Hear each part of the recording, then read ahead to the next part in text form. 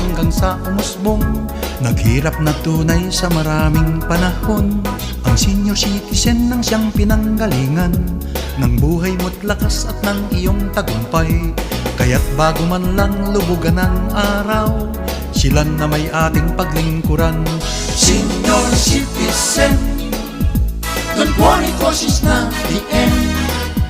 We'll guide you every now and then. We'll always be your serving, loving friend. Senior citizen, naging himla ng buhay natin, kaya't dapat na pagyamanin ang senior citizen.